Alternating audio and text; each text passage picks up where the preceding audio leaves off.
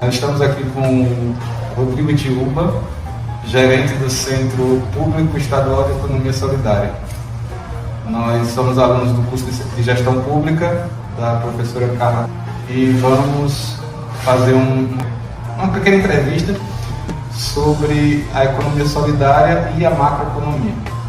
Nos fale sobre a diferença entre a economia solidária e a economia tradicional capitalista. A economia solidária, ela precisa ter algumas pontuações para ser considerada economia solidária. Então, é necessário que mais de 3 pessoas estejam ali praticando.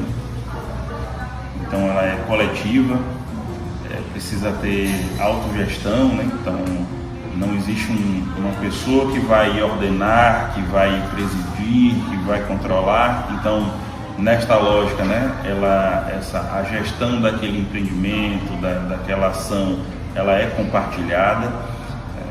Então, e obviamente outras questões, mas essas basicamente, né, já começam a definir algo que é muito diferente do mercado tradicional, né, da economia tradicional. E eu vou dar um exemplo, talvez para ficar mais prático nesse entendimento. Aqui próximo da nossa realidade, em Pernambuco, nós temos a usina Catende. E a usina Catende, em um determinado momento, né, da sua existência, os donos viraram para os funcionários e disseram: olha, falimos, não temos como pagar vocês, tchau, e acabou. E os trabalhadores, eles fizeram um movimento que foi um movimento que aconteceu muito no Brasil, no final dos anos 80 e início dos anos 90, que é ali muito impactado pela questão, né, do consenso de Washington, né, da crise econômica na América Latina, enfim. E aí eles resistem e falam: não, a única coisa que a gente sabe fazer da vida é isso aqui. O pessoal foi embora, deixou aqui o prejuízo e não pagou a gente. Nós vamos tocar esse negócio. E eles tocaram o negócio. Então hoje é aquilo, um negócio que foi dito que estava dando prejuízo, que faliu, né, passou a dar lucro, né, enfim, e ser dividido de forma igualitária, conforme o trabalho de cada um que estava ali naquela ação, naquela labuta, e fazendo a coisa acontecer, né? Então a economia solidária é muito isso, é esse conjunto de ações, como o próprio nome diz, né, solidário, enfim, do pegar nas mãos e fazer acontecer sem ter alguém te explorando a mão de obra, né? Rodrigo, quais são as suas atribuições e demandas lá no Centro Público Estadual de Economia Solidária?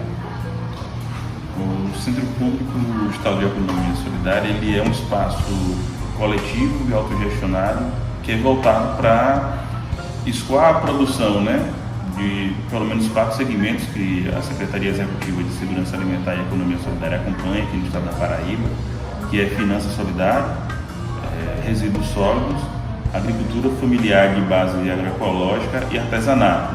Majoritariamente, no caso aqui de João Pessoa, que ele fica localizado em João Pessoa, as maiores experiências, né, são voltadas para o artesanato. Então nós ficamos hoje em Tambaú, que é uma área justamente turística, o público que mais consome, né, artesanato, enfim, então a gente está onde o consumidor está. Então, como é que a gente faz com o pessoal da agricultura familiar, né? Então a gente procura viabilizar outros espaços, né? Então nós temos um espaço que a gente articulou dentro do centro administrativo do governo do estado, né, para poder fazer essa produção.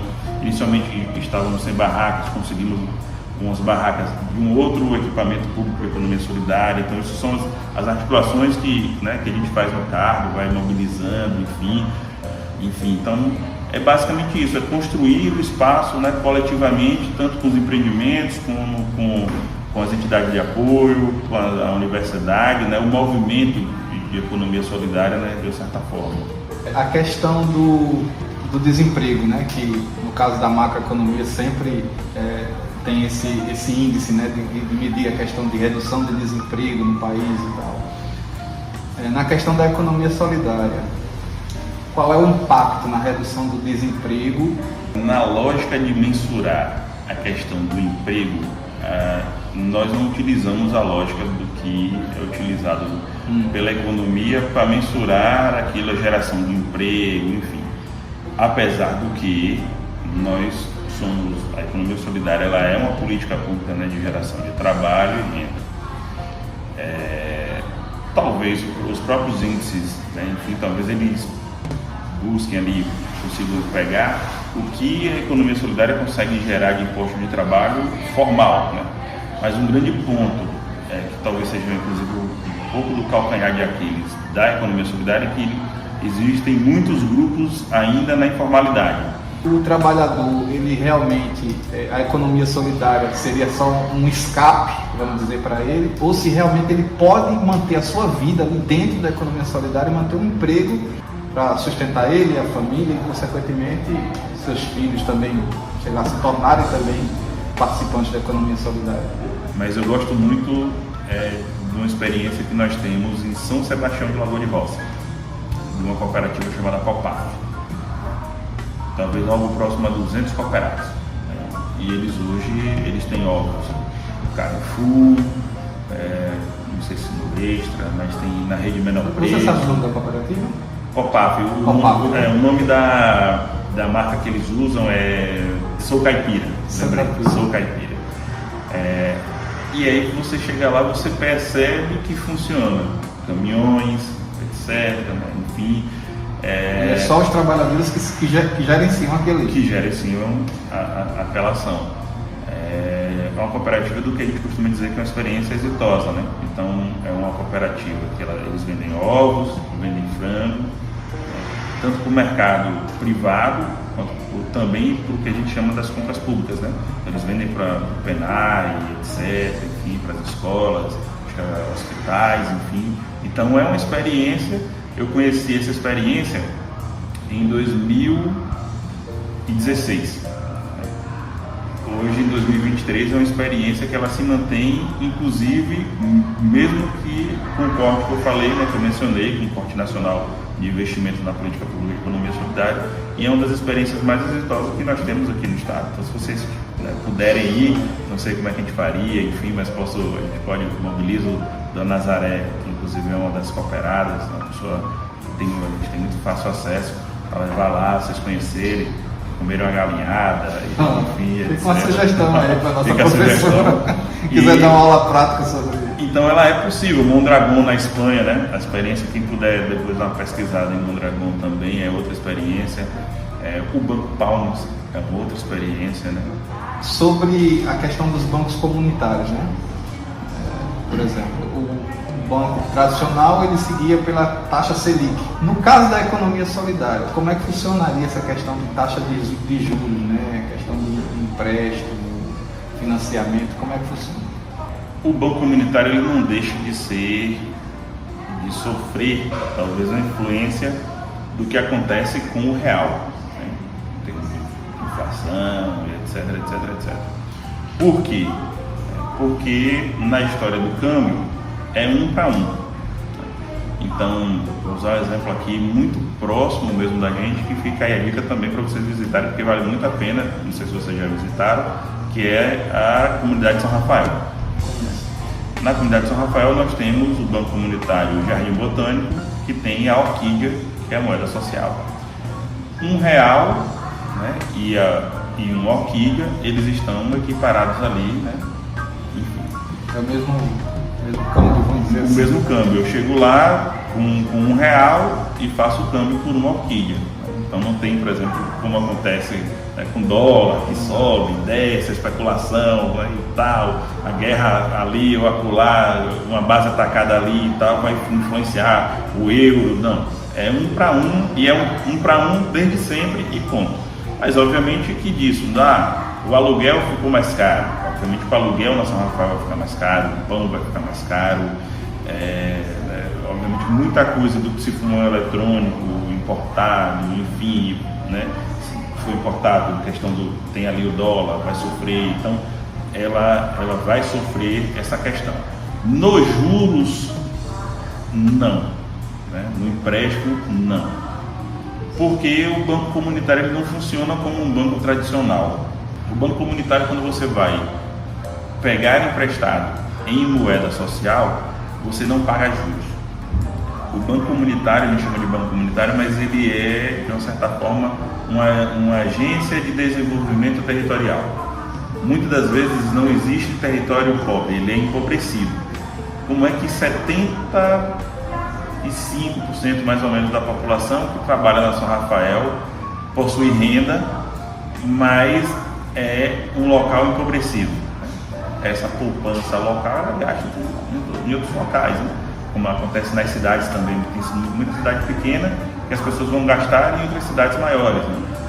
Aqui, por exemplo, muita gente vai gastar em outros bairros, em grandes mercados, enfim, e aí você tem a fuga, né, dessa poupança local, ela gasta no shopping, gasta no etc e tal.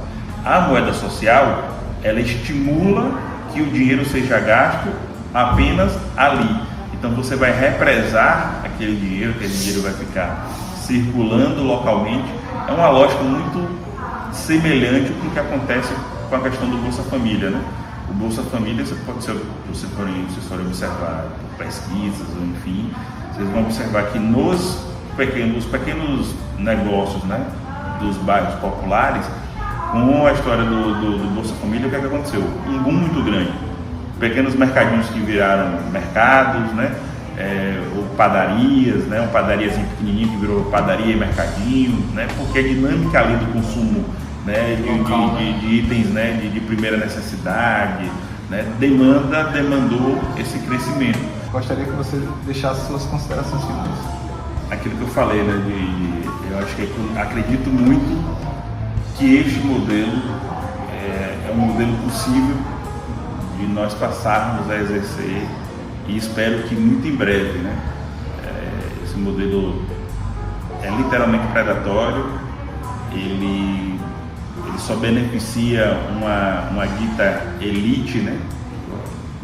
Até um termo que eu não gosto de usar, enfim, mas é uma dita elite política, econômica, porque realmente aos trabalhadores e às trabalhadoras realmente fica ali o arroxo mesmo, né, do que esses estragos terminam acontecendo, e aí das mais diversas formas, né, porque quando a gente pensa, a gente acha que a gente está falando só de chão de fábrica, né, de carteira assinada, enfim, mas não, ela realmente ela é muito mais ampla, né? Então quando a gente fala, por exemplo, quando a gente pensa hoje na reforma da Previdência, a reforma da Previdência, o capitalismo ele está ali, né? Mas que a gente talvez não olhe e fala, mas como é que está? Ela está porque ela vai beneficiar justamente essa afetou só a classe trabalhadora. Aí você vê, por exemplo, os juízes, os desembargadores, enfim, e outras camadas mais da sociedade, você vai lá e o camarada ele se aposenta com o mesmo salário, com menos tempo, né?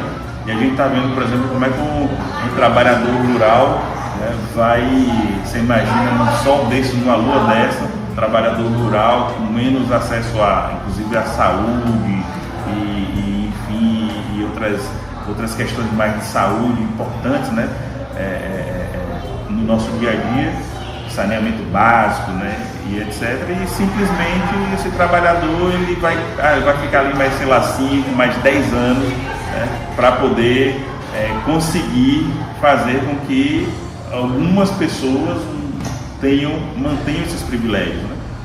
É aquilo, se a gente vai pela lógica da economia solidária, acho que é no sentido inclusive muito amplo, talvez esse debate talvez ele realmente demore, né, se estenda, porque realmente vai mexer em muita estrutura, mas inclusive daquilo, olha, vamos dialogar aqui sobre essa questão dos juros, né? Então, como é que a gente tem hoje mais da metade, um pouco mais da metade do orçamento da União para pagar juros, né, da dívida, e 50% é para o restante, né, menos de 50%, talvez a gente tenha aí por volta de 46%, 48% ou um pouquinho menos ainda, para tudo, né? E aí desse tudo, quando você vai ver 2% para educação, né, 3%, sei lá, para a segurança pública. Creio eu que a economia solidária ela mexeria com toda essa estrutura, né? Com toda essa questão da sociedade, e evitar com que os nossos trabalhadores, as nossas trabalhadoras, nós, né, de fato, que mantemos essa pirâmide e a gente seja explorado até não poder mais, porque no final das contas, muitas das vezes, o cidadão ele se aposenta, e aí quando ele se aposenta, ele foi espremido tanto que o que resta daquele, daquele pouco da aposentadoria dele, que já é inclusive muito pouco, é para comprar remédio, enfim, ele não consegue inclusive usufruir nada. O camarada trabalhou apenas para manter o privilégio de outros, né? E desde já agradeço ao nosso Rodrigo Itiúba, gerente do Centro Público Estadual de Economia Solidária. Que fica o convite para vocês conhecerem.